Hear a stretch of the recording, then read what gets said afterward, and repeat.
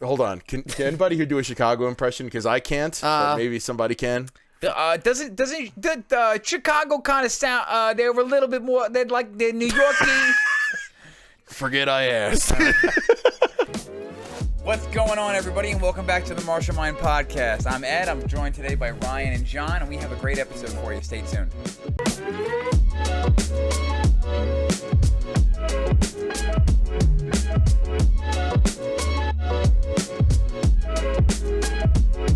So we all just did our first ice bath. I did it again.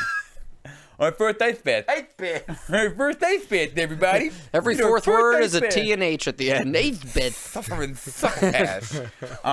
So our first ice bath, but John has been doing them for quite a while. So John, what do you feel like has changed for you since you've been doing ice baths? Well, for me, when I take an ice bath, the first minute sucks naturally, because it's cold and you get out and you're shivering for a little while. So I like to take a hot shower afterwards just to kind of like level back out. And mostly, like, a lot of the most noticeable effects I get from an ice bath is like just mental clarity.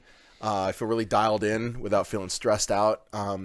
It feels really good. Like it's better than coffee is how I describe it. It's part of my routine, and I use it after workouts too, just for recovery, because it feels really good just to jump in an ice bath after a nice hard workout. But really, it affects my mood, it affects my like kind of mental clarity. I feel like I'm in a much better place when I get in and out of an ice bath. It's really a great thing for me. Yeah, I've heard between like the podcasts I listen to, between like Rogan and Huberman both discussing ice baths, I have heard evidence that it will, turn down or turn off the hypertrophic effect of weight training.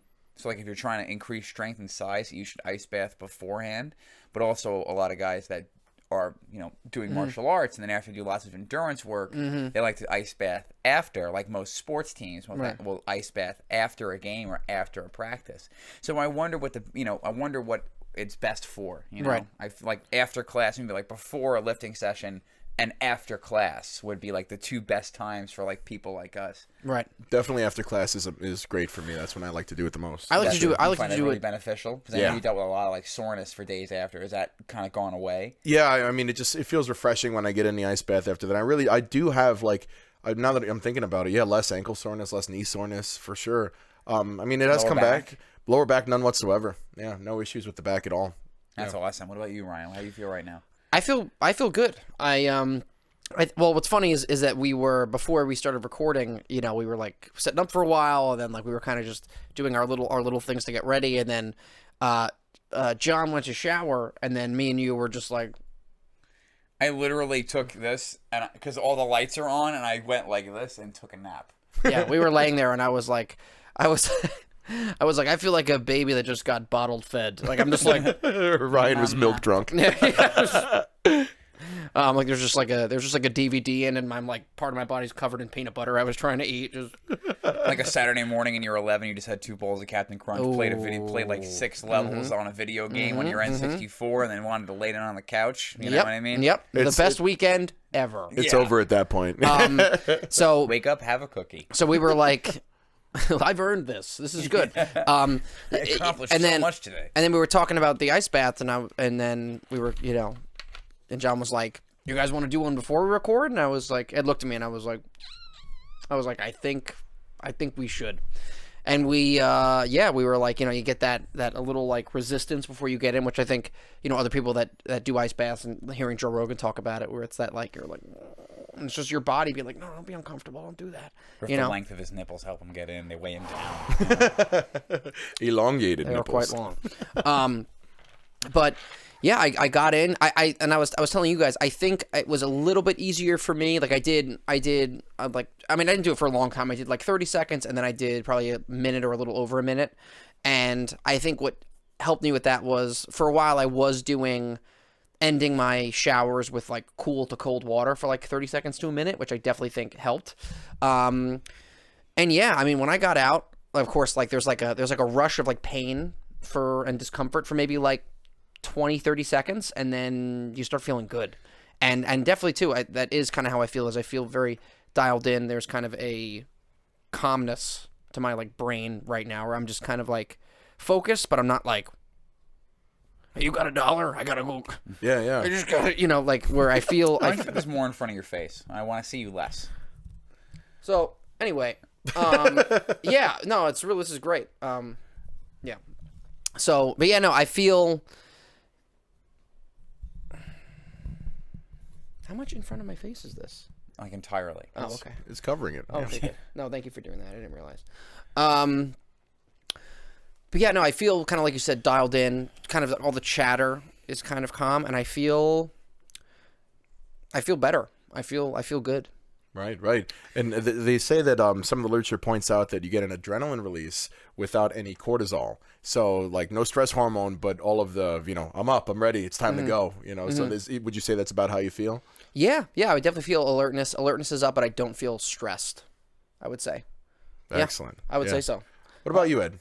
I had a hard fucking time getting in there. That was really difficult, and I'm glad that I did it with you guys, because I probably wouldn't have been able to do it, which is weird, because there's so many moments where, like when we go camping, and we're in the bay, and I jump off my paddleboard, and I swim all the way down until it's freezing, Like, I love to do that. But it's so different because you're, like, already submerged, and you're swimming, so your body is getting warm from the activity. Here, you're just sitting in it.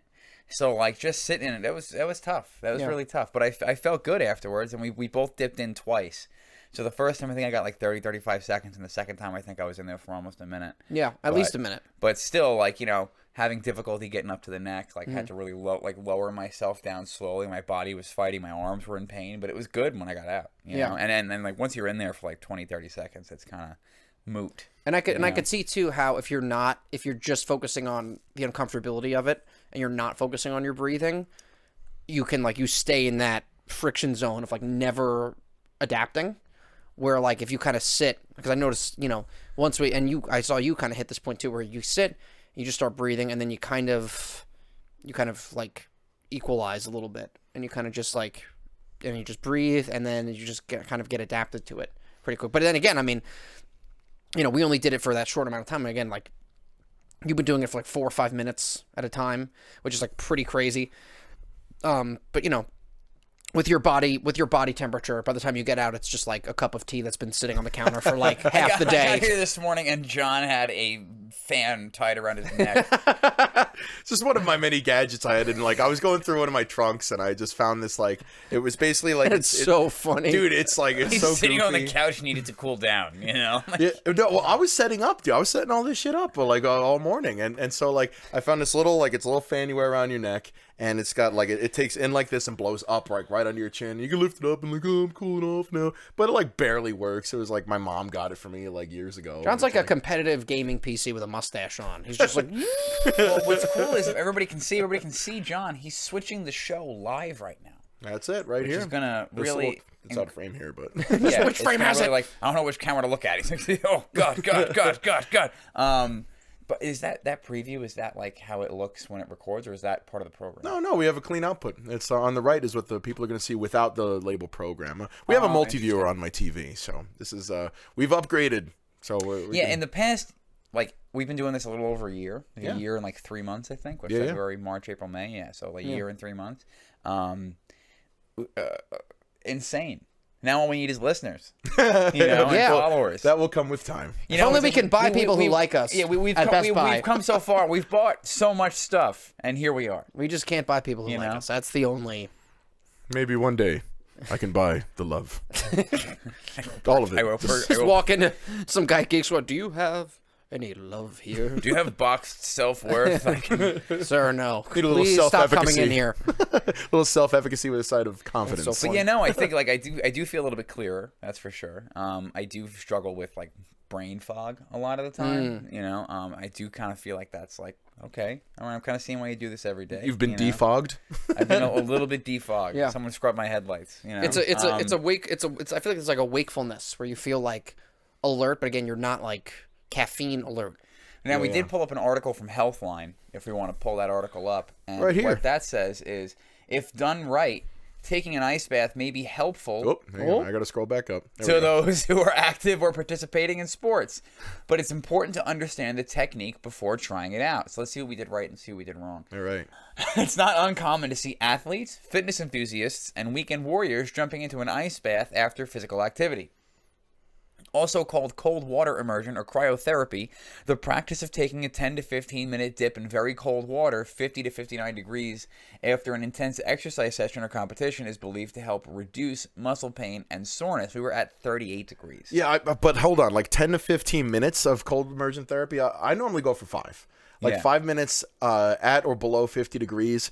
Recently, my coldest, I told you guys earlier, I got the water down to 30 degrees, and I could not stay any longer than 4 minutes. Isn't that just ice at that point? Yeah, I mean, yeah, basically. Isn't that just ice? John's just dabbling in hypothermia Yeah, at this point. Dude, I'm telling you, like, it was, my hands were numb, my feet were numb. It was actually pretty painful. Like, it was a lot of tingling. Like, it was, I couldn't stand any longer. So, like, that is intense at just a handful of minutes. So, like, 10 to 15. But they are also saying 10 to 15 minutes at 50 to 59 degrees, though. Right, 50 is still cold. I think I could do 10 minutes at 50 degrees. I'm certain that I can. But, like, I'm just letting you know, man, like, it gets colder, and it gets way harder to do when Yeah. it Well, gets let's keep colder. going and see if there's anything about colder temperatures. Alrighty, We let's might get- want to look into something about that All afterwards. right, here we go. Scrolling down. Current research on ice baths, the practice of using ice baths to relieve sore muscles goes back decades, but a 2017 study may throw a wrench in that belief. The recent study suggests that the previous ideas about ice bath benefits for athletes is flawed and that there's no benefit to sore muscles. While the study does argue that an active recovery, such as 10 minutes of low-intensity exercise on a stationary bike, is just as good for recovery as cold water immersion, experts in the field still believe in using ice baths.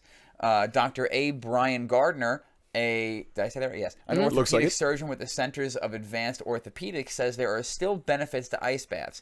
The study does not prove 100% that there are no benefits to ice baths, he says. It suggests that the previously believed benefits of faster recovery, reduction of muscle and tissue damage, and improved function aren't necessarily true. Dr. Thanu J. Sounds like a Star Wars name. I am Thanu J. The clinic director at Yorkville Sports Medicine Clinic agrees. Your mind tricks don't work on me. Only money. There will always be research that will support both sides of this debate, he says. Although much of the research is inconclusive, I side with current best management of professional athletes who regularly use ice baths. Okay, so now the study limitations. One important thing to note with this study is the sample size and age. The study consisted of 9 young men between ages of 19 and 24 who were doing, they're on steroids at that. They're on natural steroids between 19 and 24. Can we get something for idiots in their 30s like me? Ages of 19 and 24 who were doing resistance training 2 to 3 days a week. More research and larger studies are necessary to debunk the benefits of ice baths. Okay, 5 potential benefits of ice baths. What a weird way to phrase that sentence. More studies are needed to debunk it.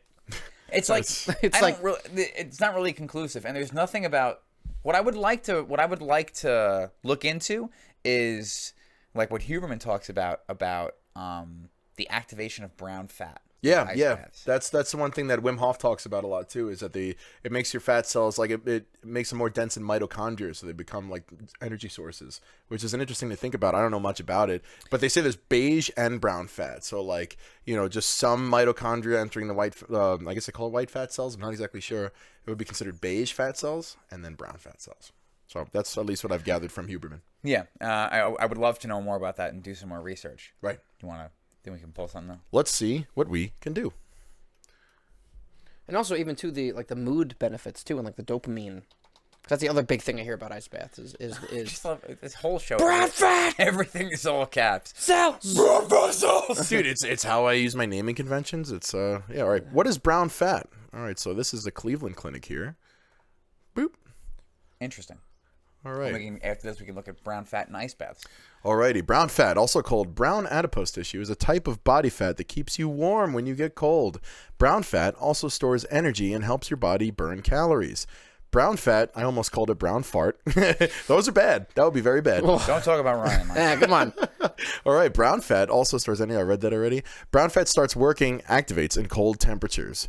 So what are the types of fat in my body? There are different types of fat in your body. Healthcare providers identify, let me zoom in a little bit. Beep. beep. Not helping. Okay. Healthcare providers identify each type of fat by its color and function, including white fat. Most of the fat in your body is white fat. White fat stores energy in various places around your body. White fat insulates your organs. Too much white fat leads to obesity. Brown fat is smaller than white fat. It stores energy and burns that energy to regulate your body temperature. Brown fat helps you burn calories by creating heat right before your body starts to shiver, thermogenesis. It also helps regulate sugar, glucose, and fat, metabolism. Yes, those two words are separate. And fat. All right. Metabolism. Beige fat. Beige fat is a combination of white fat and brown fat cells. These cells burn calories to regulate body temperature by converting white fat cells to brown. So yeah, I mean that was pretty much the gist of what Huberman was talking about. Was that basically you convert these white fat cells into beige and then brown fat cells by using cold immersion therapy, as far as I can tell. And it's cool. They turn into like little energy, like little powerhouses. So Interesting. Can you see if there is anything about directly like an article about brown fat and ice baths. Okay. No, not read it. It goes right to YouPorn. Yeah. Who the fuck uses YouPorn anymore? Not me. Brown fat cells, cold immersion. Brian's over here in 2012 on Xhamster. Let me go. I was literally just going to say, let me go to xhamster.com. X and Oh, there it is. xx.com. Cold water immersion also activates brown fat, according to PBS. But maybe there's another source here? Oh, that's a National Institute of Health. All right. Effects of intermittent cold exposure on brown fat activation. There it is. You probably just read the abstract of that, which should be right at the top. Right at the top. Oh, there it is. Look at Ryan knowing his things and stuff. NCBI is a great resource for studies. Yes, they are. That's where we're at. All right, so who wants to read this one? You want to read this one, Ryan? Sure. We're starting off with a nice, easy word that I use a lot. Homeotherms. The best form of therms is the homeotherms. It's a homeotherm. All right, so this is an article about cold immersion and how it affects brown fat activation. This is from NCBI. I'm not going to read all of that, but there's a lot of periods in there. ncbi.nih.gov/pmc/article/pmc3895006/. Well, Ed just absolutely rose to that occasion and read the fuck out of that URL. It's just... and we've lost him. All right. He's gone. And we're back. Like an AT-AT. So... Homeotherms have specific mechanisms to maintain a constant core body temperature despite changes in thermal environment, food supply, and metabolic demand. Brown adipose tissue, the principal thermogenic organ, quickly and efficiently increases heat production by dissipating the mitochondrial proton motive force. Duh, right? We all know that. All right. It has been suggested that activation of brown fat via either environmental, i.e. cold exposure, or pharmacological means could be used to increase metabolic rate and thus reducing body weight.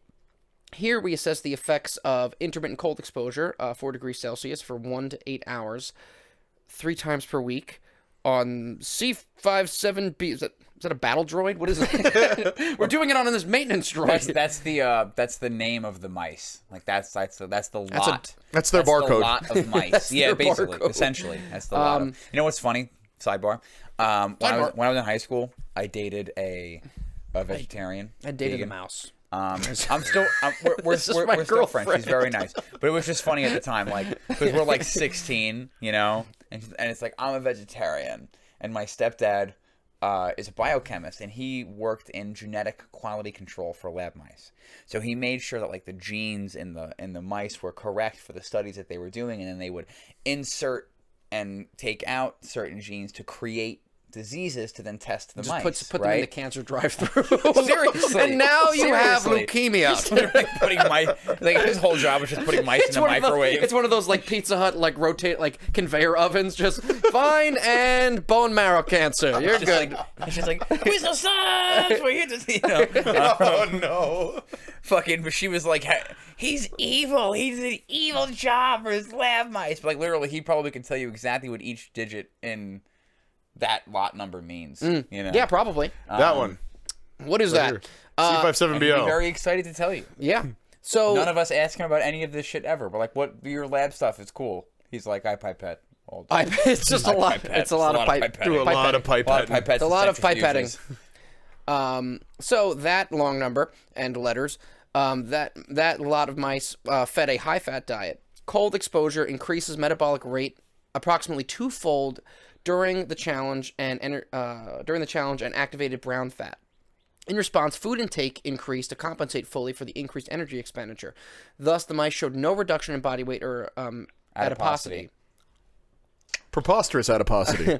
Despite the unchanged adiposity, the cold-treated mice showed transient improvements in glucose homeostasis. Administration of the treated mice showed Administration of the cannabinoid I just keep reading it over and over receptor 1 again. inverse agonist AM251 caused weight Ed's loss to reading improvements in glucose homeostasis. I was helping you. Ed's just going I for was it. helping you. Despite, right here. Despite the unchanged adiposity, the cold-treated mice showed transient improvements in glucose homeostasis.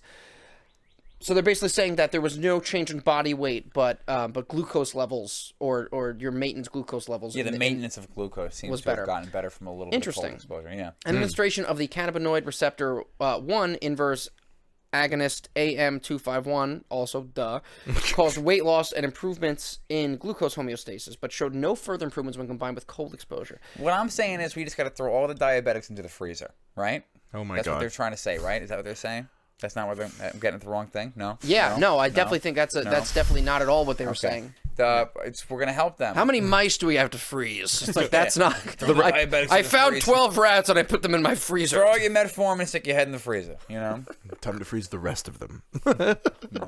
All right, back to the article. These data... I hate that it's these data. Like, I know it makes sense, but it just sounds like it doesn't. These data. This data sounds like that's what my brain says. I know. Because data is both singular and plural. Shut the fuck up, Ed. Oh, my God. What an asshole. These data... it doesn't sound good. These data suggest that intermittent cold exposure causes transient, meaningful improvements in glucose homeostasis, but without synergy when combined with AM251. Since energy expenditure is significantly increased during cold exposure, a drug that disassociates food intake from metabolic demand during cold exposure may achieve weight loss and further metabolic improvements. Okay, so there's... What do you think? You want to skip the introduction? Go to the conclusion at the end. The end part, the good part.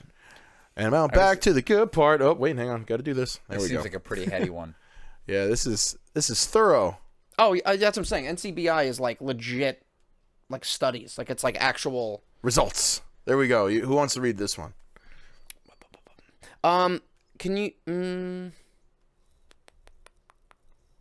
I can read this one. Yes, Ryan can read. Let's do this. Here, just before we read this, can you go down to the conclusion just to see if it's more like? Because sometimes the results, like sometimes there's like a lot of the results is like very data heavy. Right. Yeah. So the conclusion may give us a more.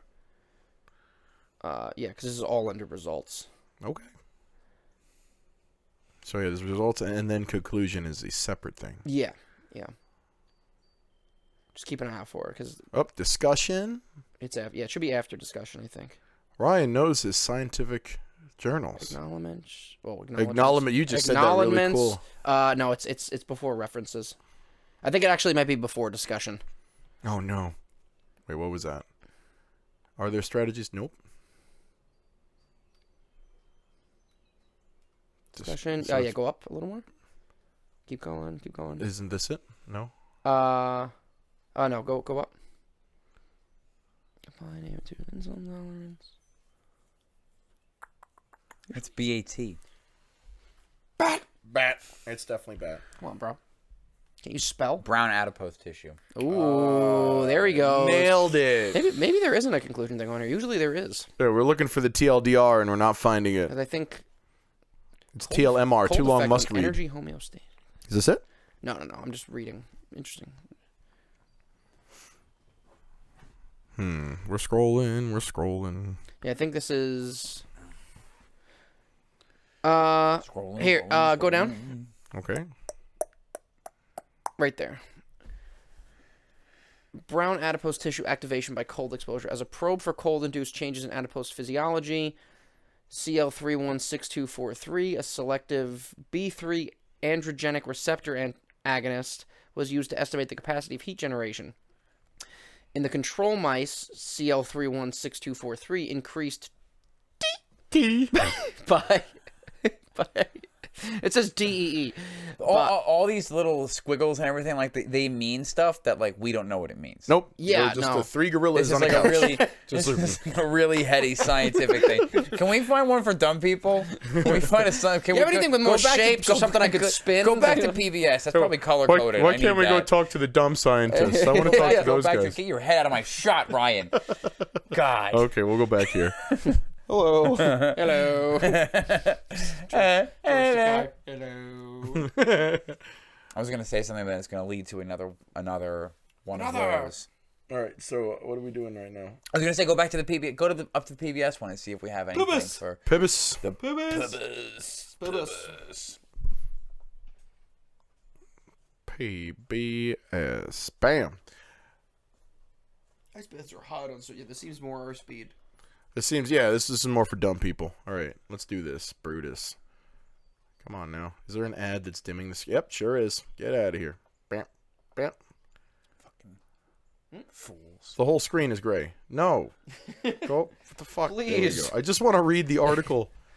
All right, let's zoom in a little bit. Okay, Not working. Okay. Alrighty. So you want me to take this one? Sure. Okay. Ice baths are hot on social media. Here's how they affect your body. These days, the coolest thing on social media may be celebrities and regular folks plunging into frigid water or taking ice baths. The touted benefits include improved mood, more energy, weight loss, and reduced inflammation. But the science supporting some of these claims is lukewarm. Oh, come on. Doubt. That joke hurt me. Again, this is more our speed. This is We're there, guys. Kim Kardashian posted her foray on Instagram. God. Never mind. Oh, and Harry Styles. I'm already just like, And no. Kristen Bell, who cares about these people? Yeah, I'm just Lizzo gonna- claims ice plunges reduced Nope. what? Her Nothing. Twinkie intake? Nothing. The mind. Okay, we're going to go past insulting I could eat celebrities. 6 more Twinkies because I took an ice bath and I weigh the same. I burn 4,500 calories a day, thanks to my ice bath. Just breathing. You might call Dan O'Connor an amateur authority on cold water immersion. Since June 2020, the 55-year-old Chicago man has plunged into Lake Michigan almost daily. He wears a cape, likes hot dogs, and is racist. Chicago man. I like dodge grinders bullets and I hate black people. If you put ketchup on your hot dog, you're wrong. Apparently, that's a thing Chicago people think. And, yeah, we might I don't be give wrong. a shit about what they think. No fucks given whatsoever. There goes all our Chicago listeners. Oh no. Sorry, guys. We didn't mean And to. you are in Illinois. Like, come on. All right. What else is there? We're in Back. the Windy City. It's like fucking get a better nickname. That's the best thing we got in our city. It's that's the wind. best thing you have. What's good here? The wind's pretty good. I'm gonna leave. It never fails. Yeah, I'm gonna fucking go somewhere else. Yeah. I mean, 91 to 99 was pretty cool with the Bulls and all. You can get blown away in multiple ways in Chicago. You know what I'm saying? Ooh. Or, well, I'm gonna go to New York City because we have the best garbage. Our garbage is top tier. top tier garbage. You get mugged with personality. You know what I mean? That's true. Plenty of subway tracks to get thrown onto. Or to throw yourself onto. That Pee too. directly on the third rail. You know? That actually, you got to have a really, really wide urethra to make that work. You got to have like a garden hose stream of pit in order for that to work. They had a MythBusters episode on it. That's I'm just. Ryan said. Some wide urethra, just like Yeah, dude. the amount of yes. flow you would need to pump urine through like a quarter-sized urethra. Yeah, you would need a garden hose penis to make that shit work. or urethra, because that applies to both. Biology. Anyway, back to the article. Dan, we're back to Dan. All right, the endorphin rush is an incredible. Hold on, can anybody here do a Chicago impression? Because I can't, but maybe somebody can. Doesn't the Chicago kind of sound? They're a little bit more. They're New Yorkie. They're New Yorkie, but a little bit more. Like the Bears, the Chicago, the Bears, Chicago the Bulls, Bears, Bears, right? the Bulls and the Bears, The the Bears, The Bears, You know, the Chicago you gotta Bears. eat the hot dogs and not get shot. That's the whole point of Chicago. You eat the pizza. It's deep. Pizza's deep. Forget I asked. All I right. fucking tried. You try. gave it a good old college try. You're all about trying today. You did the ice bath. You did that horrible impression. So It's all happening, guys. All right, so we're gonna read it like see your face. we're gonna read it the best we can. What's going on here? What are you guys doing over here? Nothing. All right, we're going back to the article.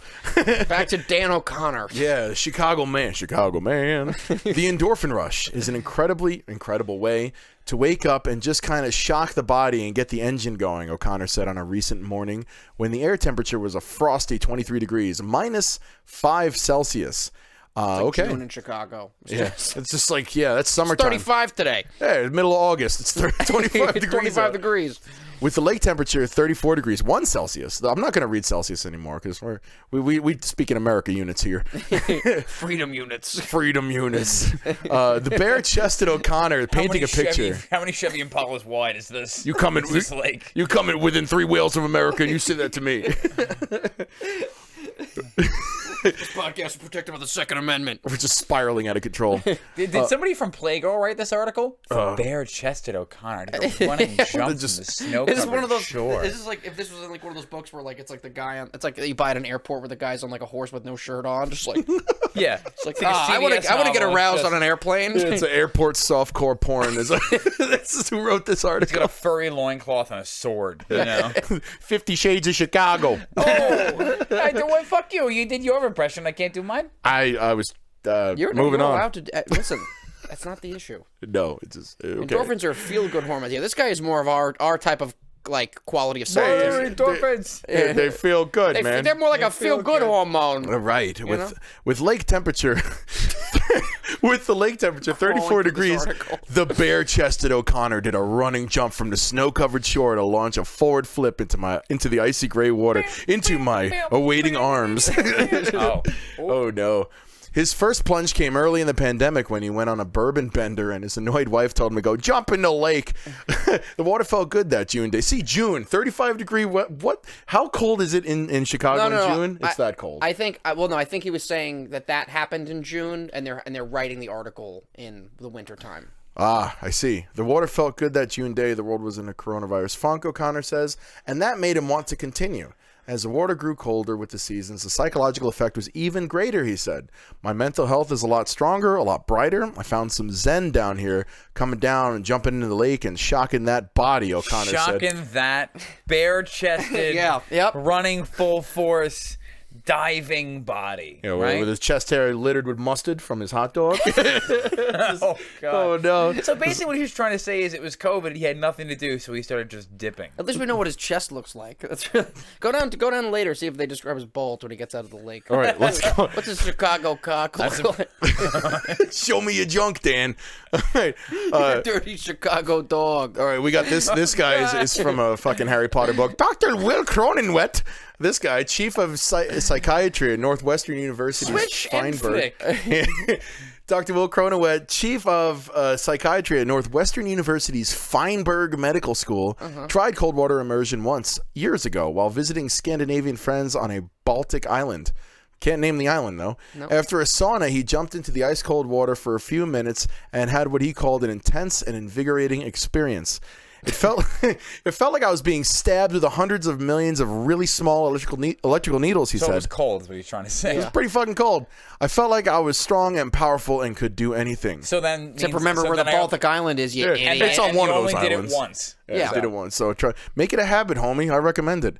There are a few theories on how it affects the psyche. I felt great. I never did it again. Did I just skip a paragraph? I think I did. Yeah, yes. Like Cronenwet says. This one. Bud Cronenwet says studying cold water immersion with a gold standard randomized control trial is challenging because devising a placebo for cold plunges could be difficult.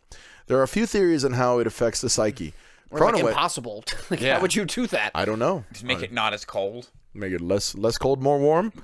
Cronenwet says cold water immersion stimulates the part of the nervous system that controls the resting or relaxation state. That may enhance feelings of well-being. It also stimulates the part of the nervous system that regulates the fight or flight stress response. Doing it on a regular basis may dampen that response, which could in turn help people feel better able to handle other stresses in their lives, although that is not proven, he said. But it is super believable because I think that we experienced that today. Yeah.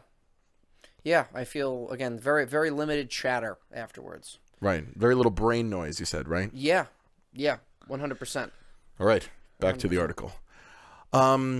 let's see. You have to conquer your own trepidation. You have to muster the courage to do it, he said. And when you finally do it, you feel like you've accomplished something meaningful. You've achieved a goal. Czech researchers found that cold water plunging can increase blood concentrations of dopamine, another so-called happy hormone made in the brain. Look at that. Great direction, breaking it down for us mongoloids. Yeah. We need ape science. Is mongoloid an appropriate word to use? We're going to find out. Nothing's appropriate anymore, John. It's fine. We're off the rails. Yeah. Not really. I'm just saying, like, there's no good words anymore. So. Everything is going to piss off someone. Right. This is true. Alrighty, let's see here. McDojo vibes. Czech researchers found the cold water can increase blood concentration. Yep, I read that already. High amounts have been linked with paranoia and aggression, noted physiologist James Mercer, a professor emeritus at the Arctic University of Norway, who co-authored a recent scientific review of cold water immersion studies. That means college stuff for people who are stuck in school. Oh yeah, see that's that's a I word. never went to finishing school. Something like I was from the other side of the tracks. Don't talk about me like that, dude. That's literally a word I've never seen before. Emeritus. Emeritus. I thought it was emeritus. Well, I don't know. Lawrence got the most advanced degree at all of us. Someone in the comments is smarter than me. What is that word? What are those? What are that? When those letters are together like that, what does that sound like? Yeah, what is that? What noise do I make with my mouth? I love that it's like, hey, if you stay in here long enough, you feel good, but if you stay in there too long, you'll go insane. You'll turn into a psycho. Emeritus. A person retired from professional life but permitted to retain as an honorary title the rank of the last office held. So he's not a professor anymore, but they still consider him one because he's like a cool dude. So he's just bored. He's a guy who worked somewhere once. And now he doesn't. Yes. Back to the article. The heart. You want to take this one, Ryan? Sure.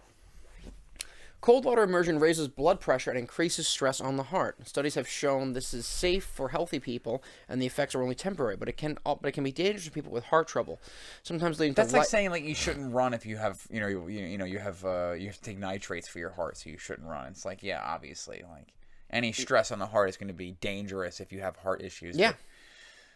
But... Okay, I thought you had more to say there. Okay, here we go. That's why I took you full. All right.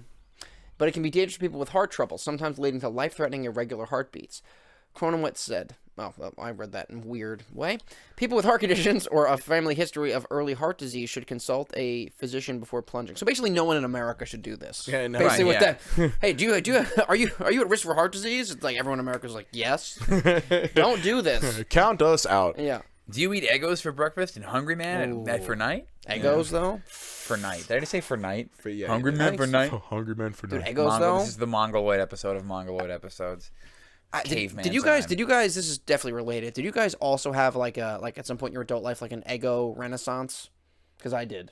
Yeah. When I was like, I had them when I was little, then I didn't have them for like 10, 12 years, and then I was like buying my own food. I'm like, I should get some of these again. And Every now and then I still buy like the gluten-free Kodiak cakes. Mm-hmm. Those are pretty good. No, but I'm talking.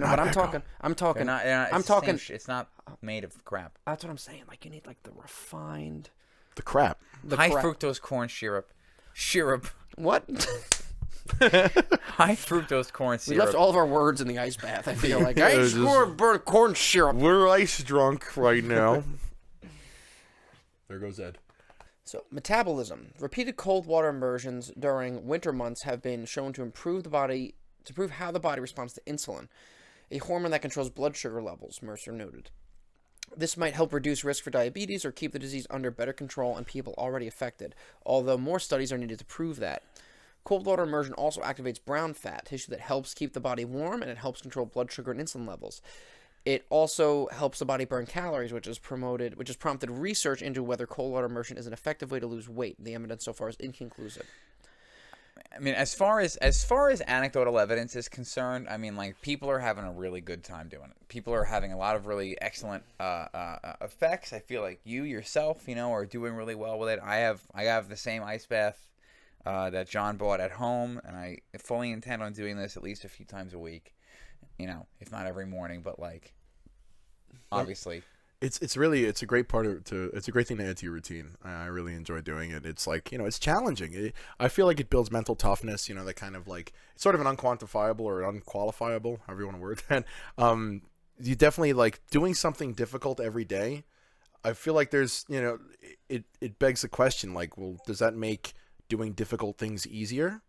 And I feel like that kind of, I think it kind of does, because like you got to get in that ice bath. That water was 40 degrees today. That's not easy to do. Yeah. That's a difficult thing to overcome. It's a very difficult mental obstacle. And we both watched Ed do that today. We watched Ed overcome that, which like we're both proud of you, bud. Yeah. It's not easy to do. So, especially because you were having, like you were saying, severe trepidations. Yeah. Yeah, like the last two times you tried to do it, like you just like went up to your legs and stopped. Yeah. And you were like, I got to do it with you guys, so you guys can like push me in. Like I need you guys to like, and I definitely think it helps. We definitely did push you, and you were able to do it. We really didn't need to physically push him either. No. The option was on the table just to like flatten you you but it didn't have. Somebody might have got hit. Somebody might have got fucking hit. So somebody might have got schmecked. Yeah, schmicky. A little schmeck. Schmeck. All right. But anyway, I'm excited to see how this is going to increase our capacity to train. As I feel like for me personally, like I've been like really trying to push it, but like obviously there's mental stuff in between, like I saw a post the other day, like some reel or some bullshit, and the guy was like, gets depressed, goes to the gym, feels better, eats chicken and rice, gets depressed again, eats dessert. And it's like, yeah, I get that, I get that entirely. So especially with the competition coming up, try and really just show face and show the best face that we can for our teachers, for ourselves, for our school, for our system, for Kung Fu in general. Keeping on that mission of like proving that like, just because you're a traditional martial art doesn't mean you're a McDojo. Are you sure? Not really. Like we do play with like sticks and stuff, We got a lot of really cool toys. What a waste of time learning how to use weapons, you know what I mean? Like, what a waste of time. It's riding around the school on a big wheel. It's like, dude, big wheels? So just so you know, this is going to increase your martial efficiency. You know how good my bicycle kicks are going to be? I'm riding a bicycle. I'm going to be Liu Kang after this. You have no idea. Dude, there was like, it was like you had a big wheel, and then like there was the one kid on your block that had like a green machine. Remember the green machine? It was like a big wheel. It was a big wheel, but instead of a steering wheel, it had levers. Oh, yeah, and you could fucking drift in it. Yeah, I know exactly what you're talking about. I was a little old, I think, when those came out. But yeah, they were a little late for. I was a little late to that party, but I've definitely seen them around. I did have a tricycle, though, like most children do. But not a big wheel. I never got a big wheel. Never had a big wheel. Dude, big wheels were. That's such like I don't feel like kids don't even ride big wheels anymore. No, it's like not a thing. They're all on those hoverboards. They're on hoverboards or inside playing video games. They're on Fortnite. Yeah. But nevertheless, like as I increase my capacity and I'm trying to like increase that training, I feel like it's always like 3 weeks really strong and 1 week I feel like I got steamrolled. So I'm hoping that incorporating this, because I don't have access to a good sauna right now, so I'm hoping that incorporating this is going to help with that and help with that recovery, help with the soreness and the stiffness and with fat loss as well, because as I get into my my early 30s, like it is more difficult for my body to lose fat. I'm pretty much consistent at like 2,000 to 2,700 calories a day working out like once or twice a day, and I don't really lose fat that easily. So I think this is definitely going to, I hope at least this helps with that. Are you implying that the 1 to 3 person sauna at Crunch Fitness with the door always open isn't good?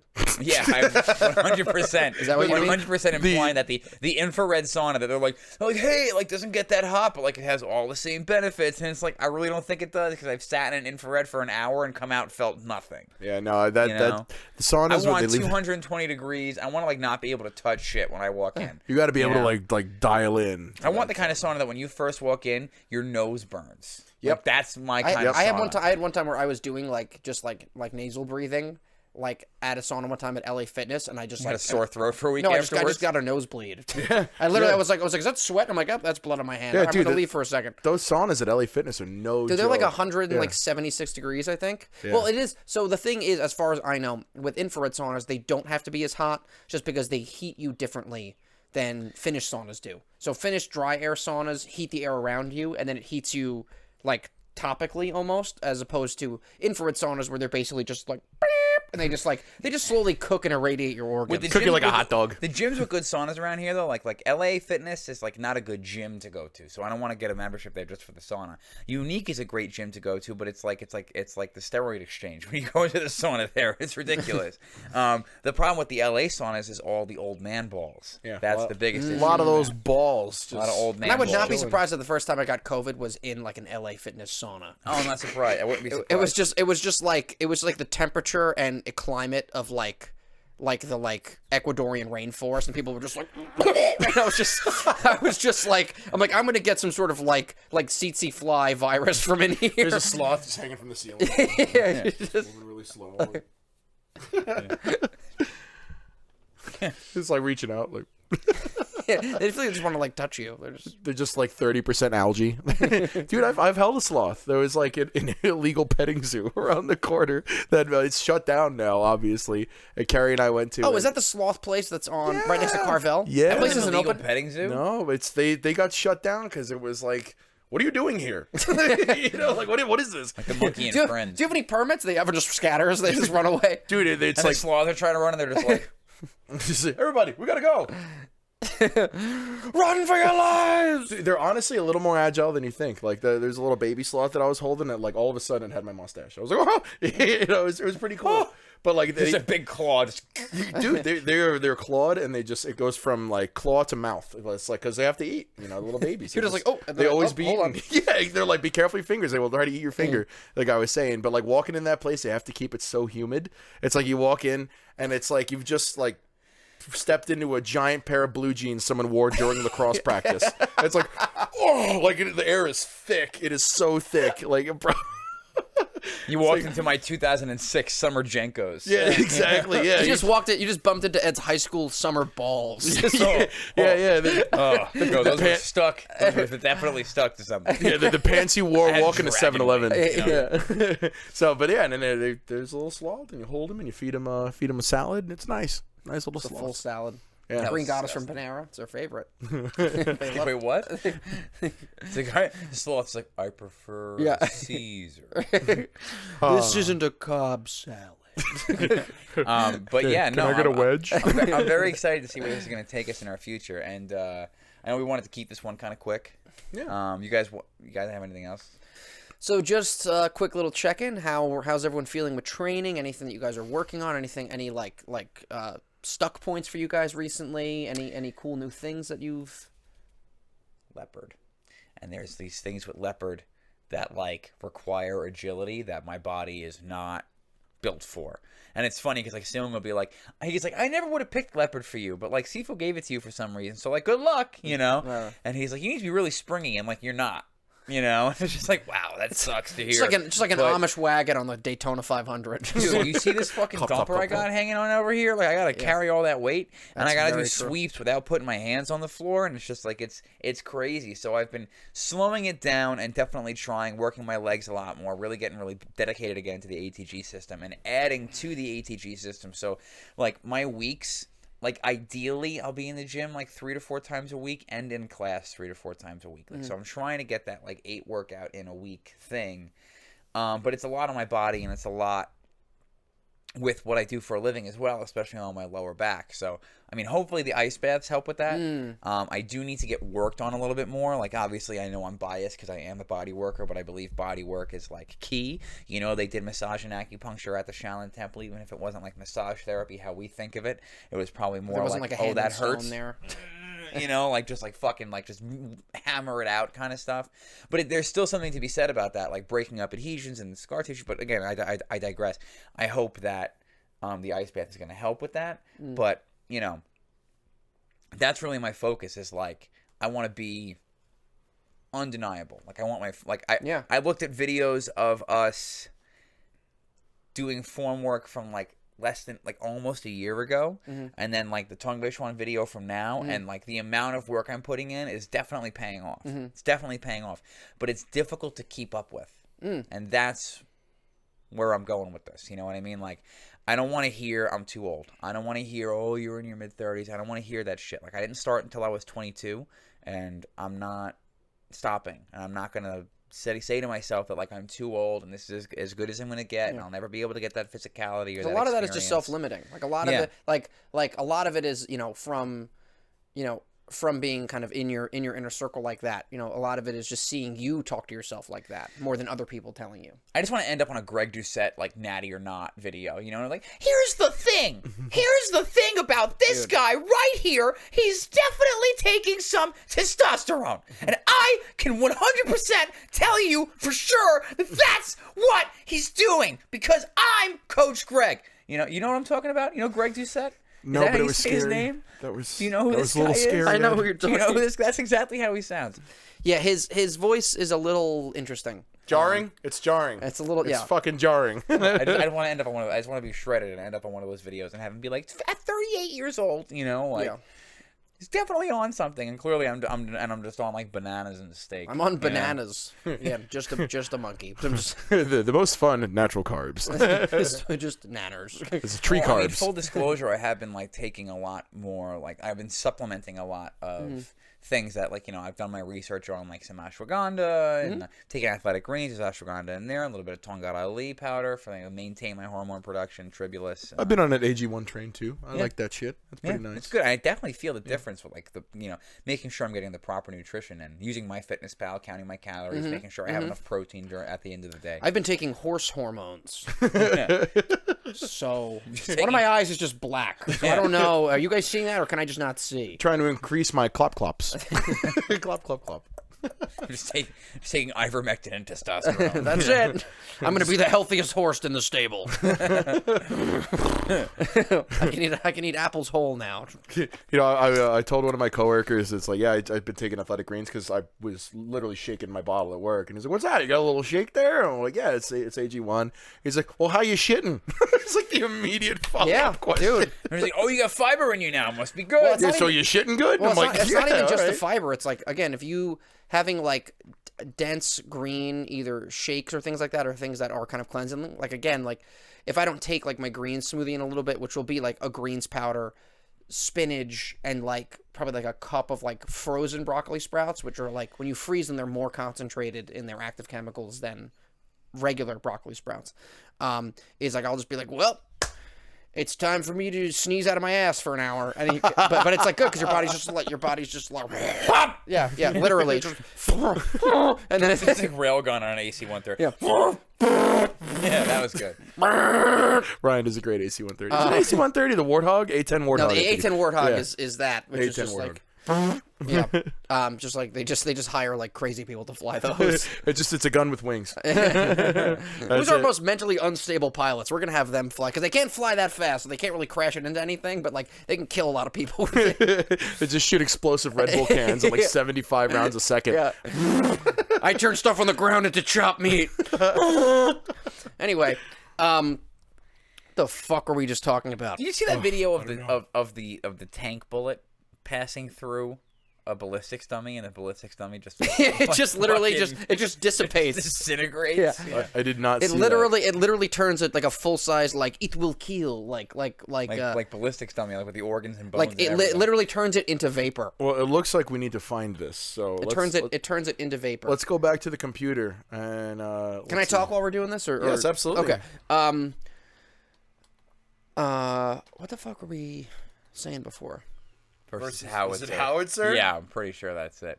It's- Yeah, it's right there, the literally- 10-second video Yeah, down it's like there. that right This one there. right Yep. Yeah. Oh God. No. Please. No.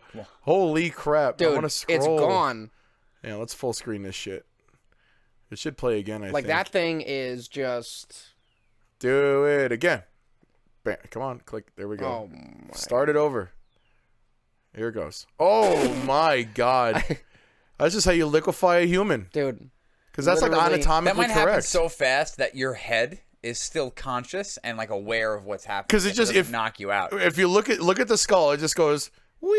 It's like a Lego person, just boop. Yep. Dude, disintegrated. That's one more time. Could you imagine getting blown up like that, but like your head is still conscious for like 11 seconds, and you're just watching your That's body? because the head doesn't disintegrate. The head just goes. Yeah. It's on the elevator. It's like wee. It's probably so much force that you'll get knocked out immediately. Though. Just like human preserves is what you're being turned into. You're just getting turned into chutney.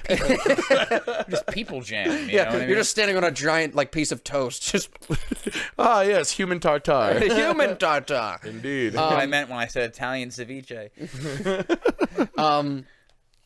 But it's interesting that you're saying, because same thing too. Like we had last demo class, we were working on our animal stuff. So you're working on leopard, and I'm working on drunken mantis. And what's interesting with not only any of the forms, but especially I find the more advanced animal forms, is that it's such a distilled, like trying to teach you a certain thing. And that's, again, what's from the traditional understanding of forms is why they're so beautiful and they're so intricate, is that they're like, well, there's this, and then there's the punching, which doesn't look like that, and there's this weird, there's this weird dissonance between them. But the issue is that people don't understand that, again, it's like an encyclopedia that you're given, and it's such a multi-layered lesson of, like, again, just with the animal forms, there's such a level of endurance and physicality just to get through the form. Like, I've learned maybe, like, I don't even know if it's half the form, and I'm like, how do you do this full out all the way through? Like it's so physically demanding to do it. And same thing like watching you do your form. It's the same thing. And again, it's teaching you a certain style of fighting, a certain approach to fighting, a certain approach to footwork, evasion, striking, distance. But I'm kind of the cardio is built in. That's the thing. The cardio is built in. It's like zone 1000 cardio the entire time. Basically. I mean, dude, we were last night during intermediate class, Sifu Leo showed us his creative snake form. And it's it's wild. Like it was I could not do it cleanly at all. It was, it was way above my pay grade, but just seeing like the mechanics and the complexity and the nuance and the movement and just, trying to maintain like the principle of like snake climbs up the branch and like maintain the connection with your partner. Cause we did some partner drills after that, like using the principles from snake and like just absolutely like at my limits past them. Like I absolutely was not doing the form cleanly. I just don't have the skills right now, but it was cool to get that glimpse into it. And Sifu Leo came up to me. He's like, "You're not going to be a snake guy, are you?" And I'm like, "Listen, I have no idea. Like, do I look like I'm built like a snake guy?" Yeah. No, I mean, unless you got like polar bear style or like rhino style or like maybe gorilla style, I could do those, But leopard, snake, Bach May does, I tiger, think, have white ape. White ape. You're looking at him. He is the white ape. Listen, man. So it was just, he's like, "Yeah, you're not going to be a snake guy." I'm like, dude, this is like I just got to, like I'm a toddler, just like wearing a diaper and crawling around, and you want me to drive a race car. And I'm like, that's just... Not qualified for any of that. Hey, man, it's really cool shit, but I have... Well, that's how I felt with, there was one class, I made it to Sifu Lloyd intermediate class, and we ended up doing some monkey, and we did kind of like a monkey set. And man, I mean, physicality-wise, You still gotta send me that video. yes, I will. But like, the physicality-wise to it, the physicality's crazy, And again, it's not even the form; that's just the set that we did, and it was maybe like 12, 13 motions. But I mean, you're rolling and you're jumping and you're going from up to down, and just the striking and stuff in there is, again, you kind of have to adopt the mentality of that animal and the intention of that animal. And it's a beautiful thing. It's a beautiful way to learn different methods of movement, different methodologies of potential fighting and combat through that way. Yeah, and I wish we had gotten into it more with Sifu Raul, because the one thing that we had such a great interview with him, but the one thing we really didn't get to is his distinction between the martial and the art. And he always talks about how there's both, and it's like he's got so many stories and so much to talk about, and so much knowledge to give out, it's hard to get to it all. But one of the things that whenever we're working with him, he always brings up is he's like, there's the martial and then there's the art. There's the art part of the martial art, and part of that is the expression. And it's not just expression like there's this person, I won't call out the channel, but it's this woman who does kung fu, does wushu, and will do things like have paint on her hands and do like a couple kung fu looking movements and like paint the canvas and be like, I painted, and I did kung fu and I painted with kung fu. And it's like, it's a cool concept, but it's like taking the art part to another level. I shouldn't place judgment on it. You know what I mean? Like for me, it's a little much, but for her, great. Do whatever you're doing, you know? But like, that's another expression of that's more art than what I'm. So it's not even just about like expressing like what you're feeling on the inside, but it's an expression of what your body and mind are capable of. And then as you get further into the forms, like I've been working on leopard and I've been working on the short drunken form. And when you're working on the mimicry style, once you start to like get your once your body parts become strong enough for the movements and you've practiced them enough times, all of a sudden it's like the form starts teaching you. It's like I'm like coming up and feeling it and feeling the role and feeling how it would work, and then you take that and you start to apply it on a partner, and you feel how like you're, you know, for drunken specifically, like how like you're not off balance but you're off center, and you know how you're misleading your opponent, and you start to feel the interconnectivity between all of your body parts and how your whole body from toes to fingertips is performing this technique, where in the beginning you're very disjointed. It's like, you know, your hips and your knees and your ankles and your back, they don't really work together, so you're trying to figure out how to put all these pieces together. But then a combination of constant practice, advanced technique in Tai Chi and Qigong, and consistency with Tai Chi and Qigong, teaching your body how to move as one unit. With consistent practice, the form molds you into the type of person and body type that can perform the form, basically, which is kind of cool. It changes you. Yeah. You know, it changes you 100%. That's why Qigong can be like, oh man, I'm hurting today. And the next thing you know, he does something ridiculous form that's like just muscle memory. Just muscle memory. And he'll be like, oh, yeah, I felt okay, I guess. And I'm like, what are you talking about? Like, that's the most amazing thing I've ever seen. And he's like, that was all right. You know, it's like... Yeah, no, it is that interesting thing of, like, again, like I remember there's this part in, I can't even describe it right, where you're in the mantis form, where you're basically hovering your butt off the ground and you're on one foot and you're kicking up like into the air, and then you have to, with the leg that's kicking you have to jump and flip over onto your stomach and then kick up behind you and then kick your legs through and then do a kip up into like standing crane, basically. And it's like, and you know, Sifu brought up some interesting points. It's basically like, over time, you know, kind of speaking to the disjointedness of forms, and especially again the more advanced forms, is that your body is this like amazing and interesting machine that basically acclimates. Its ability to, just like with ice baths, acclimate and adapt, and has this mind body connection and this like this physical memory and this physical kind of intelligence of how to move and how much energy to expel, you know. So like, he's like, yeah, you know, he's like, after a while, he's like, you know, you guys are, you know, both through the understanding the physicality, getting more strength, and also mentally understanding the form better.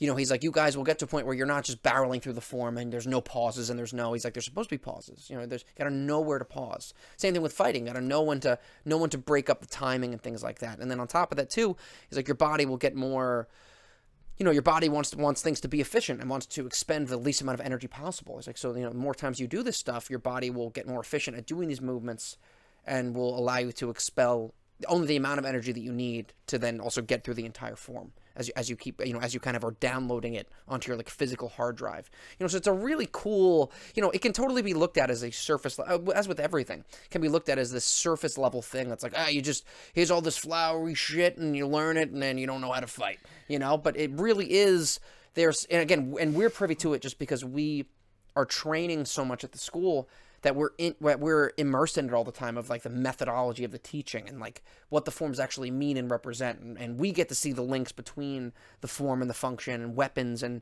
the internals and the externals, and kind of how it is all just this one amorphous thing that people only get to see, you know, kind of like little branches of, and they're like, well, you know, they don't see the whole picture, so it's confusing and it's muddled and it's, you know, people don't get it. You know, and they're not supposed to, because they don't, just as if like, you know, I can't like walk into CERN and be like, hey, this doesn't make any sense. It's like, yeah, because I'm not a particle physicist. This whole hadron collider. What's a hadron anyway, man? What is that? Why is that even important? Yeah, what is it? Yeah. God particle my ass. Read the Bible. Come on, the firmament. Higgs boson. The Higgs boson. They're hiding God from us. We're under a dome. I'm Jesse Ventura. And my dogs have 87 dogs. One of my dogs discovered the Higgs boson. I have 87 dogs. I have 97 dogs. 112 dogs. You're multiplying by the second. Too many dogs. Too many dogs. Too many dogs. 400 babies. So, Power thirst is crystal meth in a can. so Babies. So John, for you, I know you were kind of mentioning similar things with the God, animal. my brain is just, I'm sorry, my brain is just like 2006 internet. It's Yeah. just so bad. Yeah. Yeah. So for you, is there anything? Because I know you kind of speaking about the same stuff with the animal stuff, but anything in the intermediate class that you've been either working or kind of been shown also recently that's been kind of, or something you've been trying to integrate, or anything that's been a trouble spot for you, or something you're trying to hit home with more?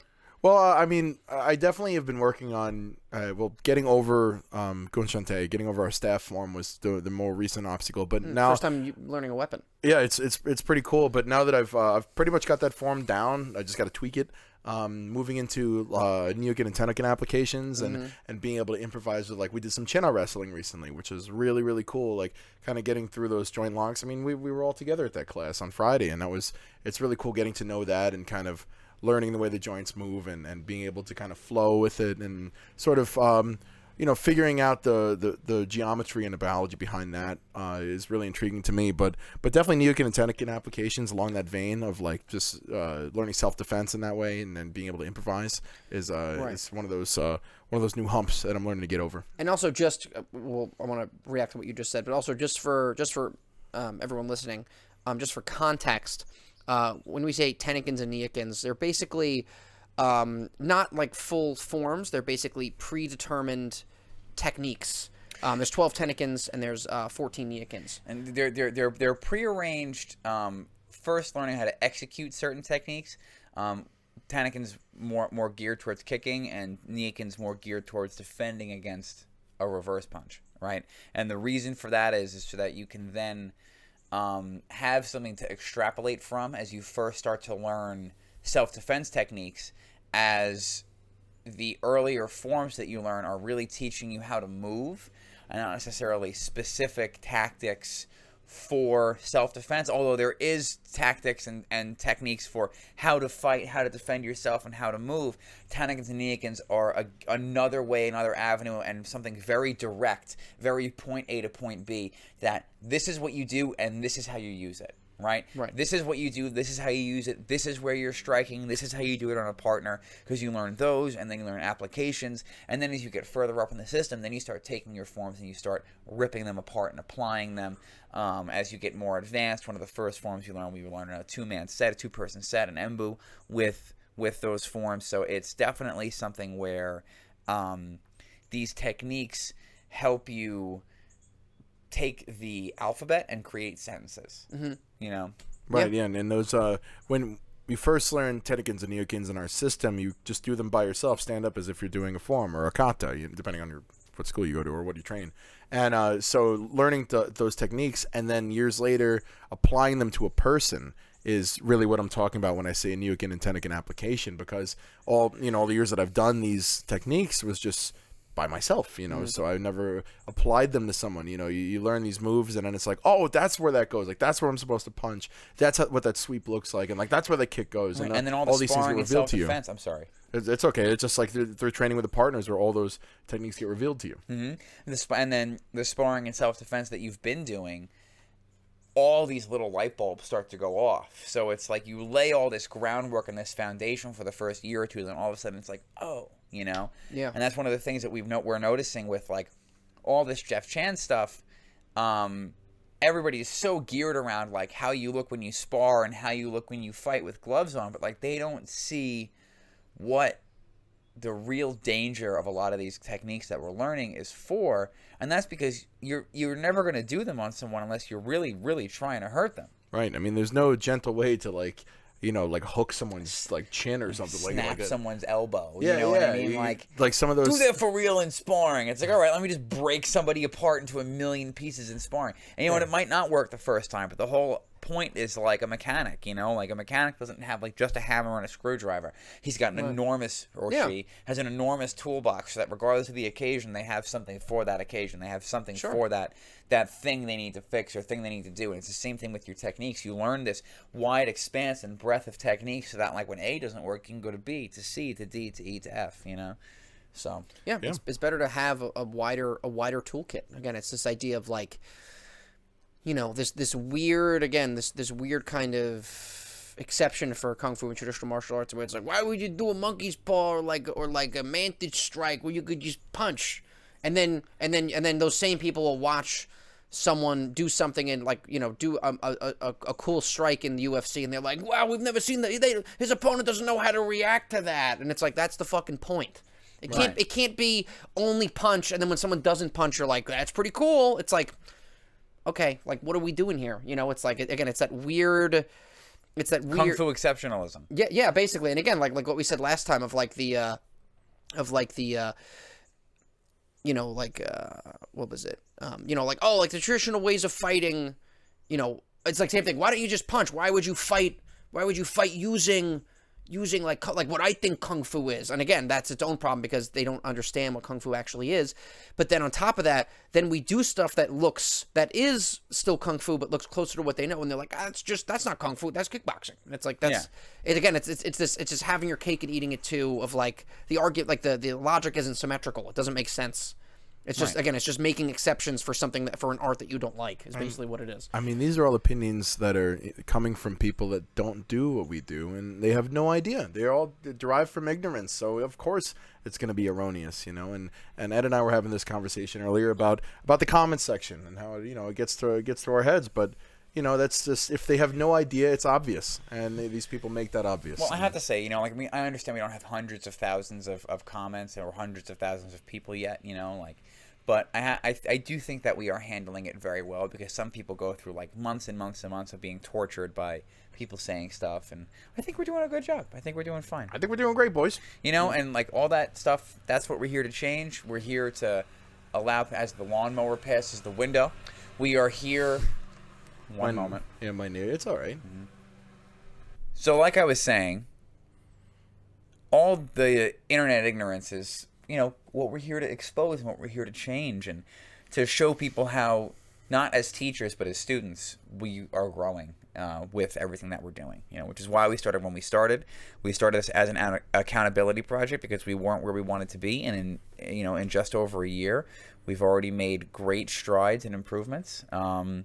And it's just going to keep moving up from there. Yeah. You know, and very proud of us. I think we're doing a great job. Likewise. Thank you, everybody who watches and follows, our patrons. Something we haven't brought up in a while, we got t-shirts and hoodies that look awesome, and I want to keep designing more stuff. Merch. So, you know, go to our link tree, click the link in the description, like, follow, subscribe, all that cool stuff. Do those things. And the ice bath video is probably out already. So if you're listening to this and you haven't already gone to the YouTube, there's gonna be an ice bath video and a Training with Tradition Part 2 at this point if you haven't watched it already.